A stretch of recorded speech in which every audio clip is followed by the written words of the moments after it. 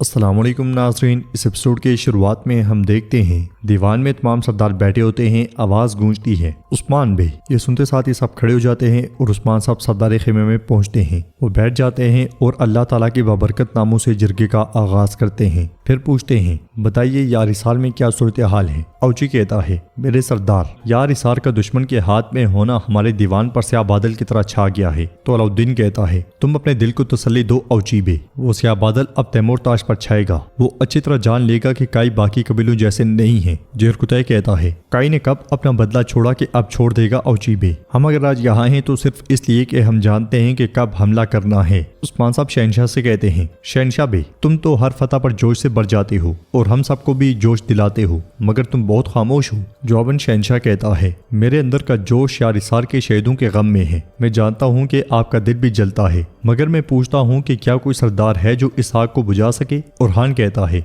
बिल्कुल है, काई में बहादुर कभी खत्म नहीं होते। शहनशाह बे, क्या तुम नहीं जानते कि यार इसार मेरे आबाओ अजदाद ने लिया था, हम उसे उस तैमूर ताज के हाथ में कैसे छोड़ देंगे। शहनशाह कहता है, इंशाल्लाह इस बार तुम खुद सर बनकर कोई काम खुद नहीं करोगे। यह सुन के उस्मान साहब कहते हैं, अगर आप नहीं चाहते कि उरहान बे खुद सर बन जाएं या जिद्दी बनकर अपना काम करें तो फिर आप सब इसका हुक्म मानेंगे। ये सुन के सब हैरत ज़दा रह जाते हैं और एक दूसरे की तरफ देखते हैं। शहनशाह पूछता है, मेरे सरदार आप क्या कहना चाहते हैं। तो उस्मान साहब कहते हैं, मैं एक ख्वाब के पीछे भाग रहा हूँ। मेरा दिल चाहता है कि मेरे सीने से निकला हुआ चिन्नार ही मेरी गजल अलमा हो। मैंने बहुत आंसू बहाए, पसीने की जगह खून बहाया, लेकिन मैं रुका नहीं। मैंने अच्छे नाम वाले पैगंबर के अल्फाज को याद किया, दुनिया की सादत घोड़े की पुश्त पर है। उन्होंने फरमाया, मैं भी इसीलिए इस रास्ते से नहीं हटा। मेरे सरदारों, मेरे कबीले के बुजुर्गों, जिसका कोई ख्वाब नहीं उसका कोई मुस्तकबिल नहीं होता। मैंने देखा है कि जो मेरे ख्वाब को अपना ख्वाब जानता है, जो तख्त नहीं बल्कि वतन की फिक्र करता है, वो उरहान बे है। ये सुनते साथ ही अलाउद्दीन और उरहान के हिमायतियों में खुशी की लहर, जबकि बाकियों के चेहरों पर परेशानी छा जाती है। उस्मान बे के खड़े होते साथ ही सब खड़े हो जाते हैं और उस्मान साहब कहते हैं, तो इसलिए उरहान बे, मेरे वालिद अर्तगल गाजी की मोहर अब तुम्हारी है। ये कहते साथ ही उस्मान साहब मोहर उरहान की जानिब बढ़ा देते हैं। अलाउद्दीन बहुत ही ज्यादा खुश दिखाई दे रहा होता है,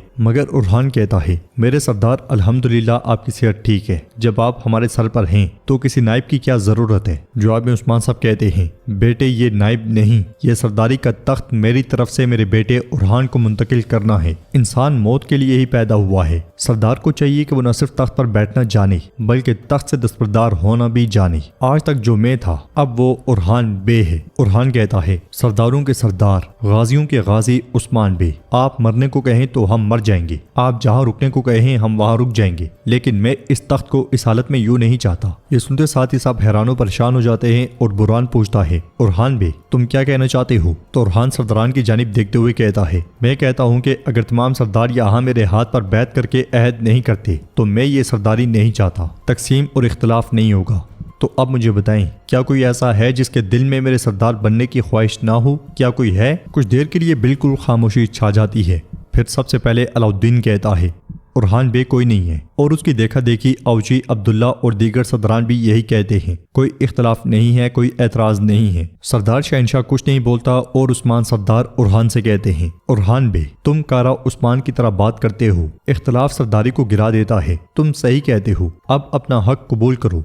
ये सुनते साथ ही उरहान मोहर ले लेता है। फिर उस्मान साहब तलवार चूम के उसे उरहान के हवाले कर देते हैं और उरहान कहता है, दादा सुलेमान शाह से, मेरे दादा अर्तगल से और उनसे आप तक जो ये तलवार अमानत थी, अब वो मेरे पास अमानत है। मैं इस अमानत को अपनी जान से ज्यादा जानूंगा और काई और तमाम ओगोस की सलामती और यकजहती के लिए इसकी हिफाजत करूंगा। मालूम रहे कि जब तक ये तलवार मेरे पास है, फतूहात के बगैर हमारा एक दिन भी नहीं गुजरेगा। अल्लाह मेरा यार व मददगार हो। आप सबके साथ मेरी सरदारी बुलंद हो। सब आमीन कहते हैं और उस्मान साहब कहते हैं, अब शिकार भी तुम्हारा और मजलिस भी तुम्हारी। उरहान हाथ चूमते हुए कहता है, आपका हुक्म मेरे सरदार। मगर उस्मान साहब कहते हैं, हुक्म भी अब तुम्हारा है उरहान बे। ये कहते साथ ही उस्मान साहब तख्त के सामने से हट जाते हैं और उरहान आगे बढ़ते हुए एक अजीम तख्त के सामने जा खड़ा होता है। फिर उरहान तख्त पे बैठता है और एक नया दौर शुरू हो जाता है। सबसे पहले अलाउद्दीन आगे बढ़ता है और कहता है, उरहान बे सरदारी मुबारक हो। ये कहते साथ ही अलाउद्दीन हाथ चूम कर बैत करता है। जवाबन उरहान कहता है, सलामत रहो मेरे भाई।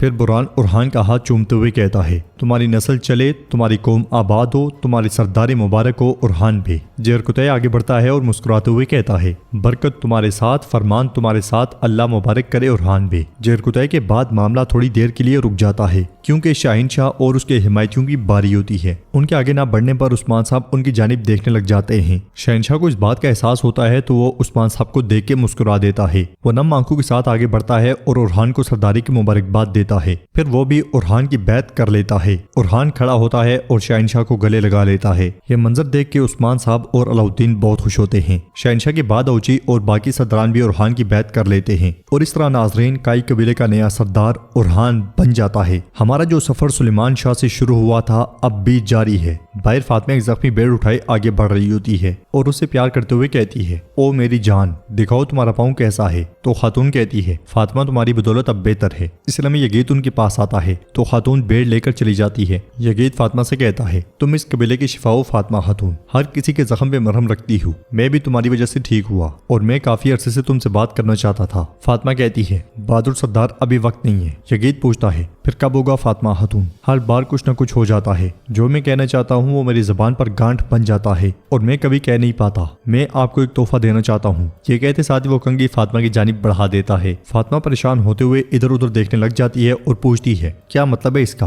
तो यगीत कहता है, ये तुम्हारे लिए मेरी शुक्रगुजारी है। तुमने मेरी जान बचाई, मैं तुम्हारा मकरूज हो गया। इंसान को जान का कर्ज जरूर चुकाना चाहिए। बोलना नहीं, मैंने इसे अपने हाथों से बनाया है सिर्फ तुम्हारे लिए। फातिमा कहती है, मैंने ये इसलिए नहीं किया था कि ये मेरे लिए कर्ज बन जाए, ये मेरा फर्ज था। अगले लम्हे एक शख्स बुलंद आवाज से कहता है, ए काई के लोगों, अब से काई के तख्त पर उरहान बे बैठेंगे। सुन लो और ये ना कहना कि हमने सुना नहीं। आज से काई के तख्त पर उरहान बे बैठेंगे। आइकुद बा आवाज बुलंद ये ऐलान करता ही चला जाता है। ये खबर सुनने के बाद फातिमा भी बहुत खुश होती है और एकदम से आगे बढ़ जाती है। यगीत तोहफा हाथ में मलता ही रह जाता है। फातिमा तेजी से आगे बढ़ती है और मलून खातून के गले लग जाती है। नीलुफर भी खुश होती है, गोंचा भी मुस्कुरा रही होती है, मगर दीदार का चेहरा बिल्कुल उतरा उतरा होता है। मलून खातून खवातीन से कहती है, हम सब के लिए खैर और बरकत हो। तो हलीमा खुश होते हुए कहती है, आखिरकार मैं जानती थी। गोंचा कहती है, उरहान भी अपने फराइज का हक अदा करेंगे, हम सबको मुबारक हो। दीदार कहती है, मैं तो सोचती थी कि उस्मान साहब अभी कुछ अरसा और बैठेंगे। फातिमा कहती है, उस्मान बे किसी की तवक्कुआत के मुताबिक फैसले नहीं करते, तभी तो वो उस्मान बे हैं। दीदार मलून खातून से कहती है, तुम तो बिल्कुल हैरान नहीं हुई, क्या तुम पहले इसे जानती थी? जवाब में मलून खातून कहती है, दीदार तुम क्यों तजस्सुस करती हो? क्या तुम्हारा उस्मान बे के फैसले पर कोई एतराज है?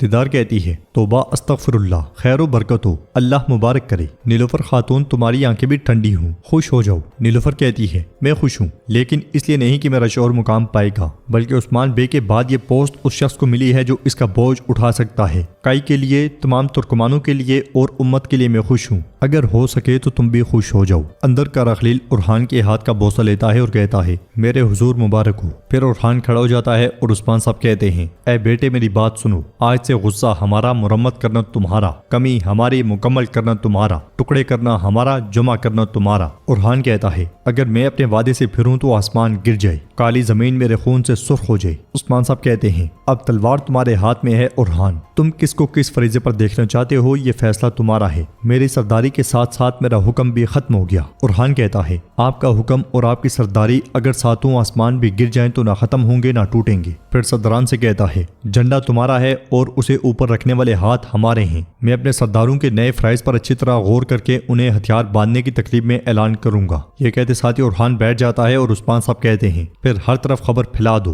कल सरदारी की तकरीब सोगोत में होगी। उधर हम देखते हैं कि अब्दुर्रहमान और कंतुराली एक तूफान की तरह अपने सिपाहियों को लेकर यार इसार के बाहर पहुंचते हैं। बुलंदी पर खड़े मंगोलों पर तीर बरस पड़ते हैं और उनका सफाया करने के बाद सिपाही घोड़ों के साथ बंधी हुई रस्सी दरवाजे के साथ बांध देते हैं। फिर भागते हुए घोड़ों पर सवार होते हैं और घोड़े भगा देते हैं। एक साथ कई घोड़ों की ताकत से दरवाजा हिलना शुरू हो जाता है और थोड़ी ही देर के बाद घोड़े उसे उखाड़ फेंकते हैं। किले के अंदर मंगोलों की दौड़े लग जाती हैं। जब एक मंगोल ये मंजर देखता है तो उसकी आंखों में खौफ तारी हो जाता है। मंगोल के कदम वहीं पर रुक जाते हैं और देखते ही देखते कंतुराली अब्दुर्रहमान और सिपाहियों के साथ किले पर दावा बोल देता है। कुल्हाड़ा, तलवारें, नेज़े और तीर मंगोलों पर क़यामत बर्पा कर देते हैं। कंतुराली की दो तलवारें एक साथ कई मंगोलों को जहन्नुम वासिल कर रही होती हैं। अब्दुर्रहमान का कुल्हाड़ा आग उगल रहा होता है। धुमरुल और बलबान की तलवारें भी पूरी आबोताब से चल रही होती हैं और हैरिस्तो भी बढ़ चढ़ के उनका साथ देता है। हर तरफ मंगोल कटते मरते चले जाते हैं। घोड़े पर सवार एक मंगोल भागने की कोशिश करता ही है कि काई घोड़ा गाड़ी से उछलता हुआ उस पर कूद पड़ता है और घोड़े समेत उसे जमीन पे गिरा देता है। फिर एकदम से उठता है और गला घोंट के उसे मौत के घाट उतार देता है।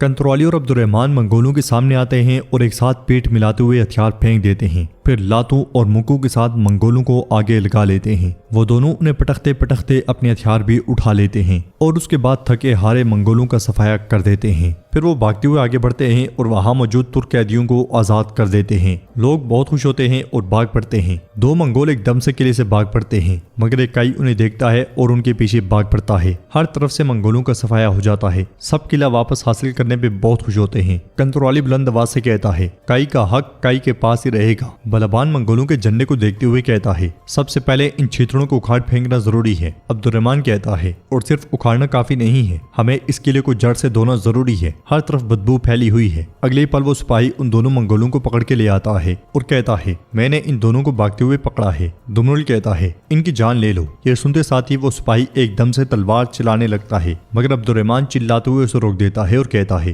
انہیں جانے دو، یہ جا کے اپنے مالک کو سب کچھ بتائیں گے۔ پھر ان کے پاس بیٹھتے ہوئے کہتا ہے، اب جاؤ اور جو کچھ ہوا تیمورتاش کو بتاؤ۔ تم اس سے کہو کہ کائی والے اپنے ساتھ ہونے والے سلوک کو کبھی نہیں بھولتے۔ اب چلو جاؤ۔ یہ سنتے ساتھ ہی منگول بھاگ پڑتے ہیں اور بلبان پیچھے سے کہتا ہے، تیر آ رہا ہے، تیر آ رہا ہے۔ یہ سنتے ساتھ ہی منگول الٹے پاؤں بھاگتے ہیں اور وہ سب بہت ہنستے ہیں۔ پھر اگلے ہی پل اپنی فتح پہ اللہ اکبر کی صدائیں لگاتے ہیں اور ناظرین ایپیسوڈ بھی اختتام پذیر ہوتی ہے۔ ویڈیو پسند آئے تو لائک کر دیں، شیئر کر دیں، سبسکرائب نہیں کیا ہوا تو سبسکرائب کرنے کے ساتھ ساتھ گھنٹی والے آئیکن کو دبانا مت بھولیں۔ ملتے ہیں انشاءاللہ نیکسٹ ویڈیو میں، تب تک کے لیے رکھیں اپنا اور اپنوں کا بہت زیادہ خیال۔ اللہ نگہبان۔